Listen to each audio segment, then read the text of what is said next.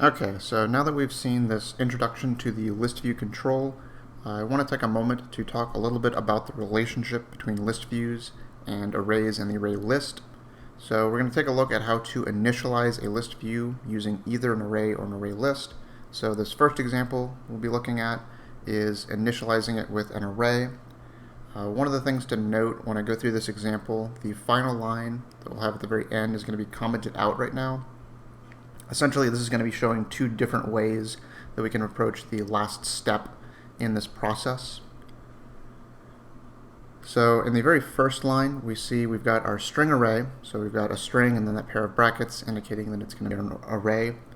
We give it a name. So in this case, I'm using str array, so just short for string array. And then we're going to assign to it this initial array with the contents Monday, Tuesday, and Wednesday. So we've got our three different strings in that array. In the next line, what we're going to go ahead and do is first take this array and convert it into an observable list, so we can then later take that observable list and put that in as the contents or as the different items of our list view. So in the second line we have right here, we have our observable list. We're going to specify the data type of the items of that list. So it's going to be items of type string. Give it a name, so I'm calling it string list, so using pretty much the same convention as I did for the array. And then in order to do this conversion from an array to an observable list, we need to make use out of this fx collections class. So we're calling a method ObservableArrayList that comes from that fx collections class. And so this ObservableArrayList, it's going to take an array, or as we'll see in a moment, it can also take an array list, and it's essentially going to convert that into an observable list. So we're going to be storing the contents of our string array, so that Monday, Tuesday, and Wednesday, that's going to be stored into string list, but it's going to be stored as an observable list. And then in our last step, we're going to create our list view. Again, the data type of the items is going to be specified as string. We'll give it a name. We can just call it list view with a lowercase l. This will be equal to a new list view object. And when we construct the object, we can go ahead and pass in the observable list of the items that we got from our string array. So we pass in string list. Alternatively, if we don't pass in anything for the constructor, so we just go ahead and use an empty constructor, then what we could go ahead and do is use the add-all method, so the one that we saw in the previous video with the first example in the introduction. We could use the add-all method instead and then just pass in the observable list there. So what I'm going to go ahead and do is create all of this in a NetBeans project, and then we'll go ahead and take a look at the other portion with ArrayLists after that. So come over here, we'll go ahead and create our new project. So we're going to make this a JavaFX application. Go ahead and click Next. And for the name on this one, what I'm going to go ahead and use is using arrays. So essentially just describing this as an example of using arrays and array lists with the list view control. So we'll go ahead and click Finish. So take a moment to clean up this code, remove any of the comments we're not going to use, as well as our extra imports and code that doesn't need to be there.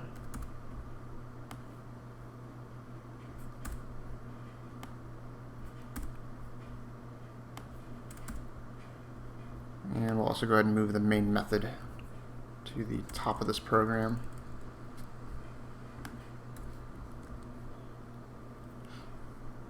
Okay, so as far as the imports go, I'm going to go ahead and get rid of the event handler ones. I'll be making a list view, but I don't intend to add any behavior to it, so we'll go ahead and get rid of those. We'll also get rid of button and stack pane. We're not going to be using those. So underneath right here, I'll go ahead and put in a couple of the different controls and classes that I'm going to need. So the very first one I'll include, obviously since we're dealing with list views, I need to go ahead and include that control here. So we're going to import javafx.scene.control.listView. The next classes that I'm going to need, so I noticed that in that process we need the observable list class. So we're converting our array to an observable list, and then from there putting that into the list view. So we need to go ahead and import that. And so this observable list is actually going to come from the collections package in our JavaFX library. So we'll have our observable list.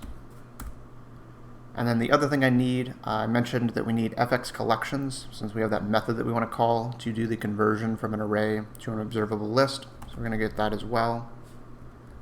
JavaFX, that also comes from the collections package. And this one's going to be for fx collections.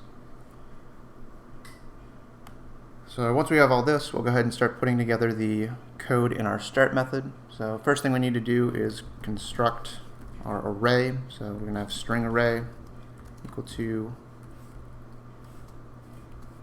that pair of curly braces indicating that we'll have an array initialization. Put in our Monday, Tuesday, and Wednesday, the 3 different strings we want to use.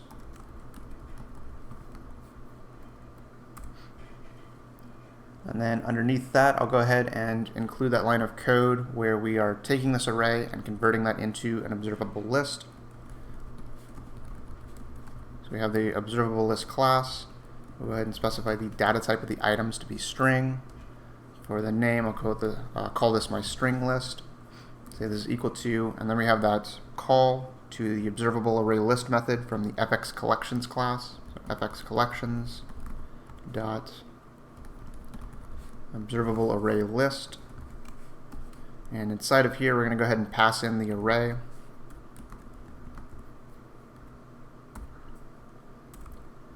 And then once we've done this, we can go ahead and create our ListView object. So go ahead and make that right here. So this is going to be ListView. The data type of the items will be string. We'll go ahead and call this just ListView. This is equal to a new ListView. Include our diamond operator, and then our pair of parentheses for the constructor. And right here, we're going to go ahead and pass in the observable list that we just made. So we'll first show it using the constructor to populate the list.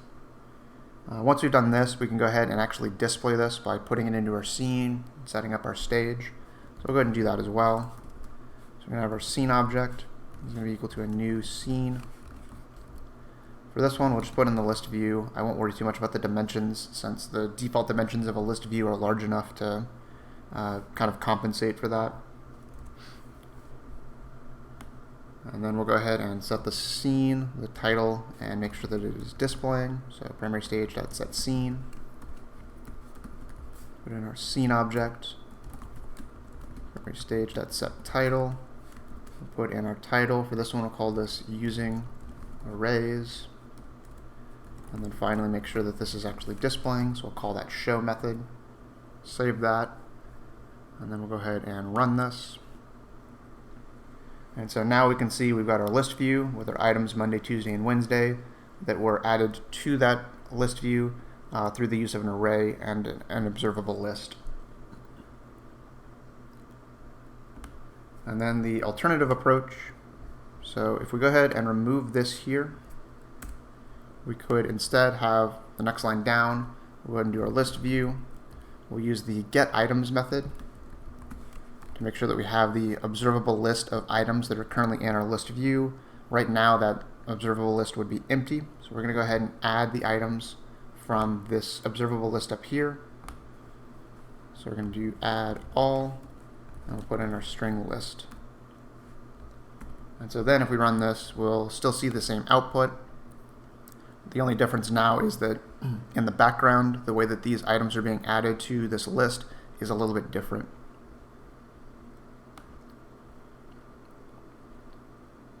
So I'll go ahead and leave it in this form, and we'll move on to the next example. So in addition to using an array, we can also do our initialization of our list views using an array list. So again, the final line in this example has that same approach where we could either do the observable list being passed into the constructor, or we can just make a call to the add all method. So I'll just leave the example that we have in the program using the add all, but do keep in mind that in either the array list or the array case, you could use the constructor as well. So in this case, we're going to go ahead and make our array list. Again, we're going to specify that the data type of the items is going to be string. We'll be making a new ArrayList object that's initially empty. We'll go ahead and use the add method a couple of times to add each of the different items to that array list. And then from there, the general approach is pretty much the same. Again, we need to do this conversion. In this case now, converting from an array list to an observable list. And then from there, populating the list view with the items from the observable list. So go ahead and minimize this. Coming back over here. So for this one, I'll go ahead and comment out these two lines. And we'll go ahead and remake this general part of it right here, but we're going to use an array list instead. One of the things to note, if we are going to use an array list, is that we need to go ahead and import that. So unlike our regular arrays up here that don't require an import, if we're going to do array list, we will need one. So we're going to do an import. And for array lists, keep in mind this comes from just the Java library, not the JavaFX library. So this is java.util.ArrayList. And then right here, we'll go ahead and make that. So array list. The data type of the items is going to be string. We'll go ahead and call this string array list. This is going to be equal to a new array list. Use the diamond operator and then that pair of parentheses for the constructor, but we're not going to pass anything in just yet. Instead, we'll go ahead and use the add method a couple of times to add each of those different days of the week to our array list. So we're going to do string array list.add, put in Monday, and then what I'll go ahead and do, since most of this code stays the same, is just copy this. And we'll just go ahead and move this down 2 more times. And for this one, we'll do Tuesday, and for the last one, we'll do Wednesday. Okay. And then the next thing I need to do is to go ahead and make my observable list again. This time it's going to be constructed from the contents of an array list, so just a slight difference there. So we're going to do observable list, data type is string, call this one string list, same as we did up here. These are going to be equal to, again, using fx collections dot observable array list, and then the thing we'll pass in right here is going to be our string array list. Go ahead and save that, and now if we run this, once again we'll see the same content inside of it. So we'll still have our list view with those 3 different days of the week, but again now we are changing the way that the list view is being populated in the background.